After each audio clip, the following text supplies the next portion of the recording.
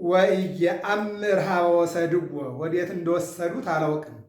ክርስቶስ ተንሥአ እሙታን በዐቢይ ኃይል ወሥልጣን አሰሮ ለሰይጣን አግዓዞ ለአዳም ሰላም እምይእዜሰ ኮነ ፍስሐ ወሰላም። በስመ አብ ወወልድ ወመንፈስ ቅዱስ አሐዱ አምላክ አሜን። በዓለም ላይ የምትኖሩ ኦርቶዶክሳውያን የእግዚአብሔር ልጆች ሰላም እግዚአብሔር ይብዛላችሁ።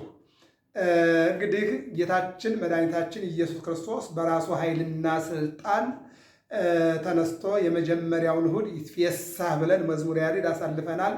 ሁለተኛውንም እሑድ ደግሞ መዝሙረ ያሬድ ብለን አሳልፈናል። አሁን ሶስተኛው እሑድ ከተነሳ በኋላ ያለው ሶስተኛው እሑድ ወበእሑድ ሰንበት በመባል ይታወቃል። እንግዲህ እንደሚታወቀው በገብረ መስቀል ሚዲያ አርብና እሑድ በእሑድ ዕለት የሚተላለፈውን መዝሙር፣ በቅዳሴ ላይ የሚነበቡ መልእክታትን፣ በቅዳሴ ላይ የሚሰበከው ምስባክ፣ በቅዳሴ ላይ የሚነበበውን ወንጌል እየተማማርን መጠናልና ዛሬም እሱኑ እንቀጥላለን። እንግዲህ እግዚአብሔር የቸርነት ባለቤት ነው። ዐቢይ ጾምን በሰላም በጤና በፍቅር አሳልፈን በብርሃነ ትንሣኤው ላይ እንድንገናኝ አድርጎናል።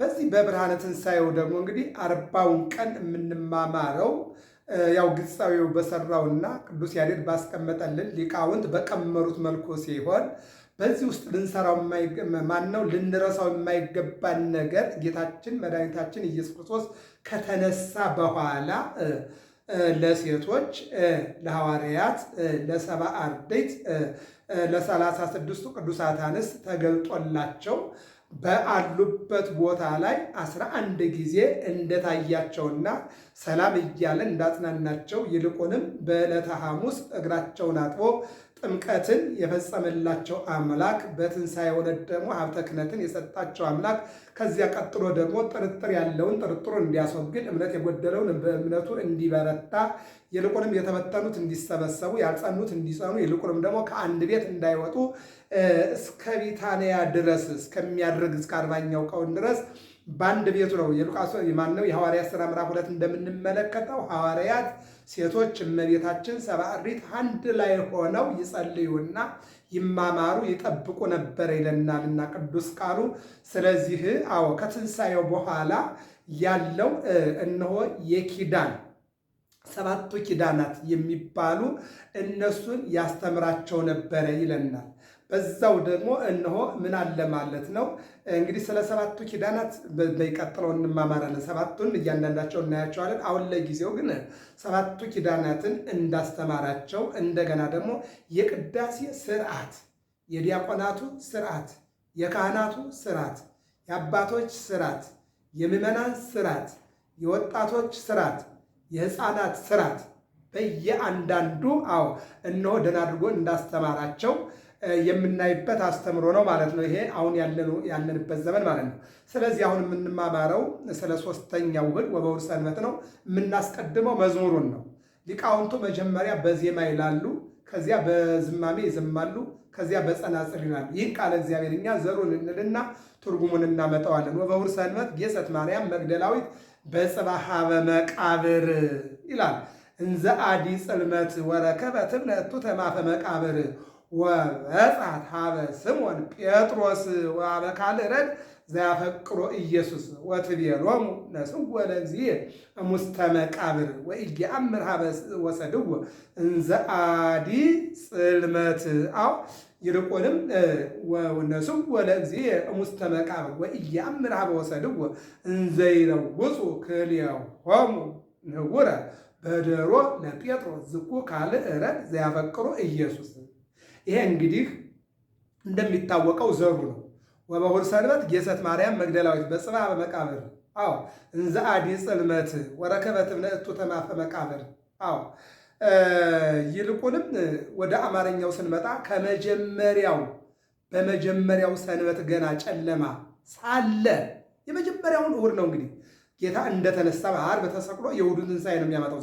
በመጀመሪያው ሰንበት ገና ጨለማ ሳለ በሌሊቱ ማርያም መግደላዊት ወደ መቃብሩ ገሰገሰች፣ ድንጋዩን ከመቃብሩ አፍ ተንከባሎ አገኘች ይልና ምን ይላል? መቃብሩ ማፈ መቃብሩ ወበጽሐት ኀበ ስምዖን ጴጥሮስ ወኀበ ካልእ ረድእ ዘያፈቅሮ ኢየሱስ ይላል።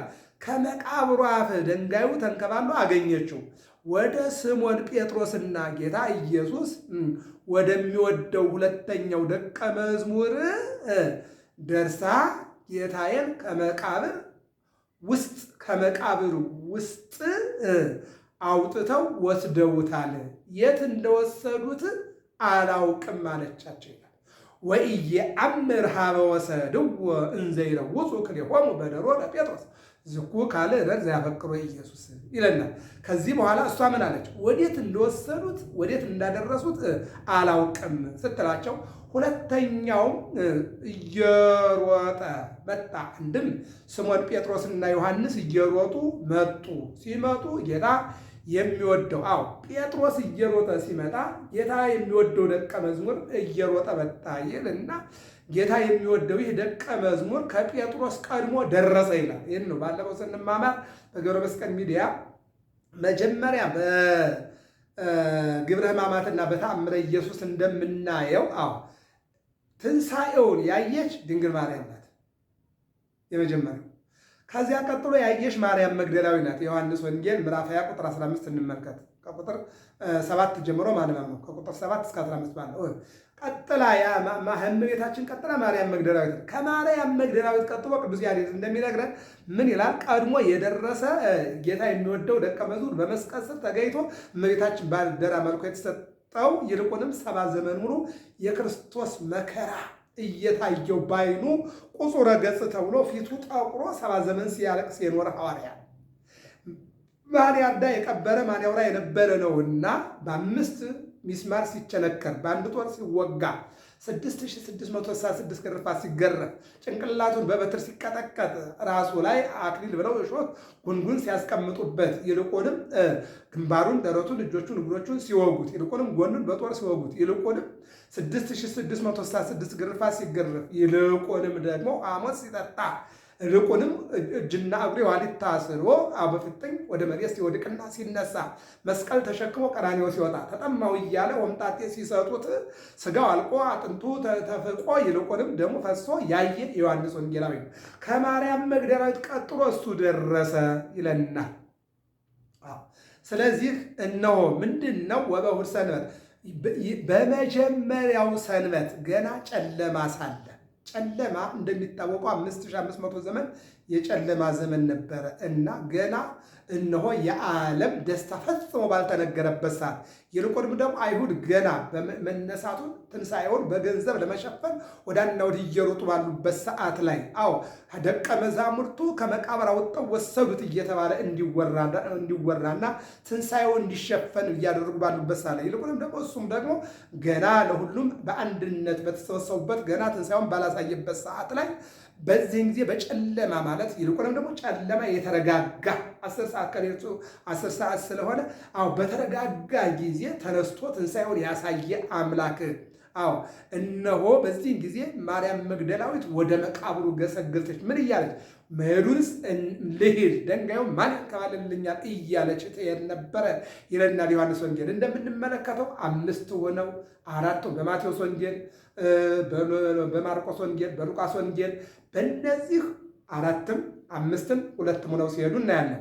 በዮሐንስ ወንጌል ግን ማርያም መግደላዊት ብቻዋን ስትሄድ እናያታለን። ብቻዋን ስትሄድ ግን ሀደት ራስ ሀደት እርጋጸ 2 መላእክት ታገኝ ይችላል።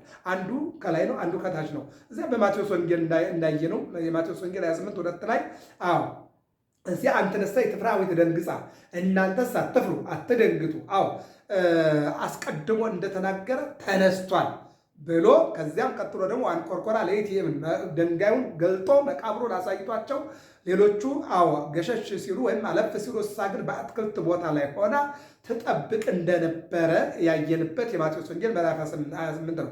ወደ ዮሐንስ ወንጌል ስንመጣ ግን ብቻዋን ሄደችና እነሆ እንደተነሳ ቢነግሯትም ወደ አትክልት ቦታ ሄዳ ቆም እንዳለችና በዚያ ቦታ ላይ እንዳለች ጌታችን መድኃኒታችን ኢየሱስ ክርስቶስ ማርያም አለና ጠራት። ዘወር ብላ ስታየው ሰው እያናገራት ነው።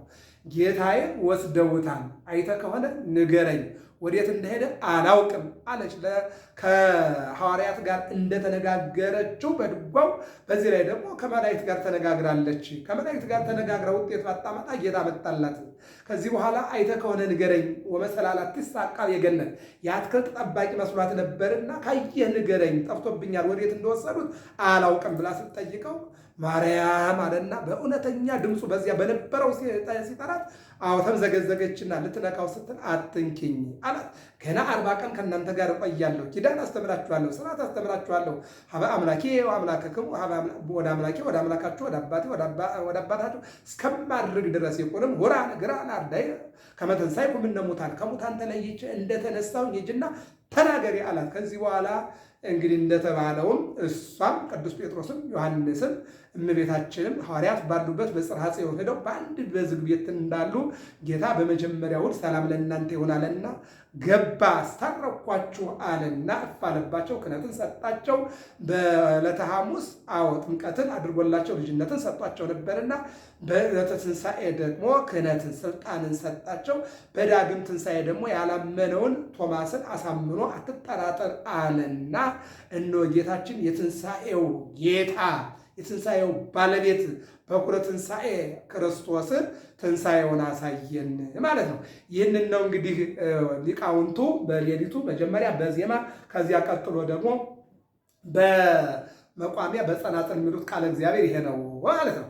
አሁን ወደ ቅዳሴው ስነድ ደግሞ ሁለተኛ ቆሮንቶስ ምዕራፍ 5:11 ላይ በሕይወት ውስጥ ለራሳቸው እንዳይኖሩ ስለ ሁሉ ክርስቶስ ሞተ።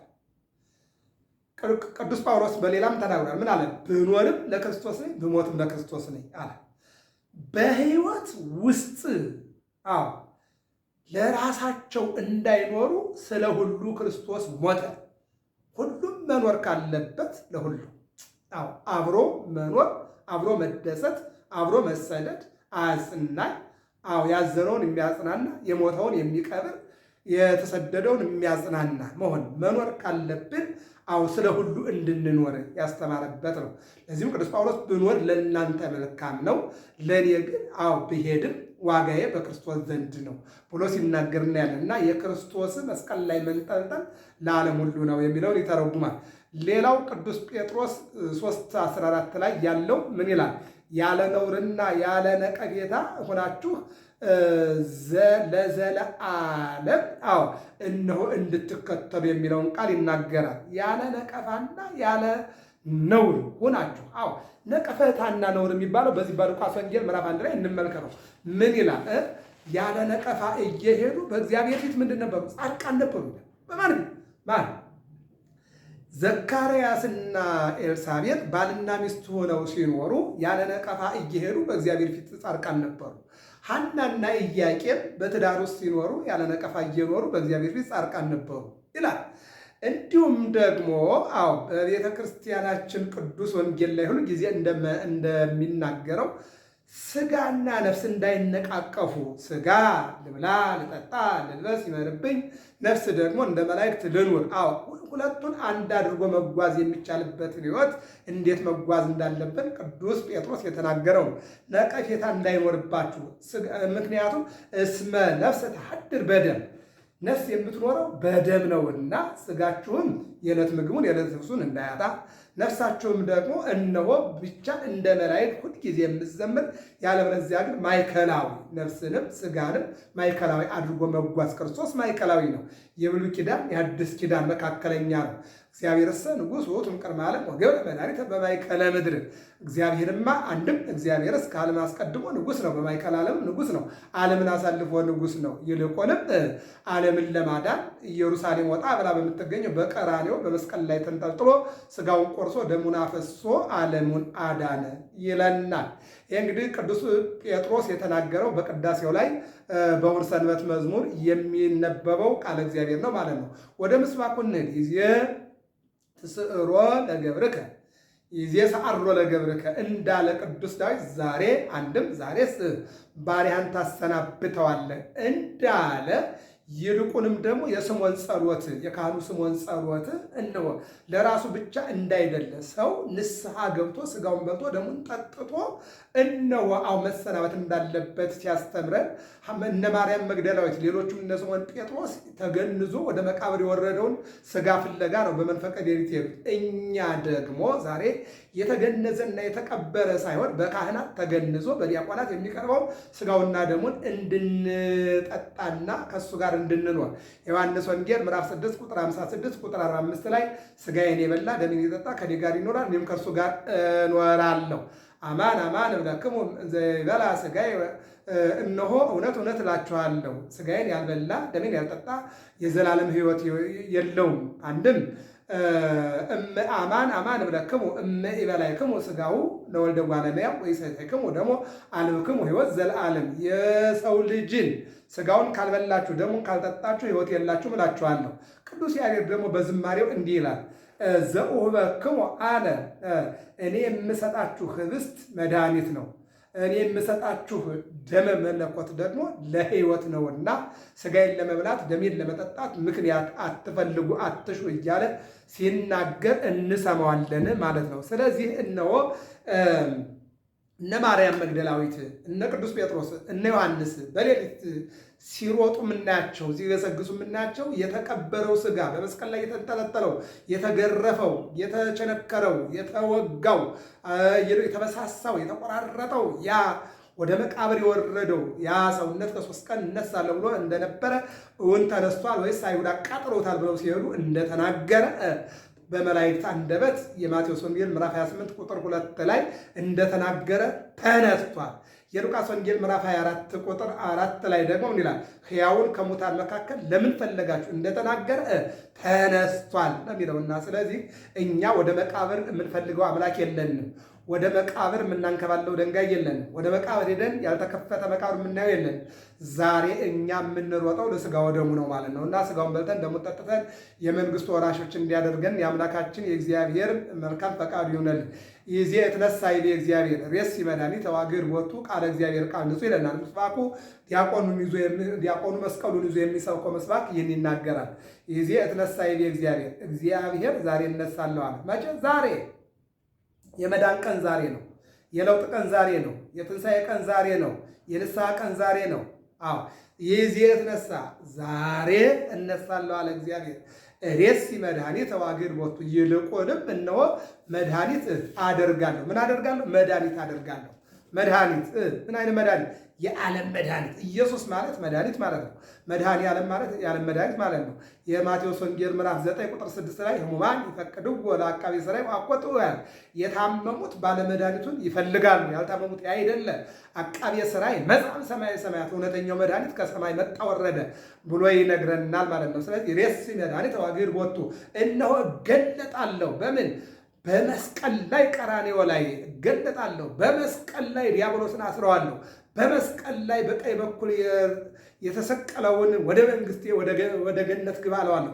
በመስቀል ላይ ለዮሐንስ እናቴ ድንግል ማርያምን እሰጠዋለሁ። በመስቀል ላይ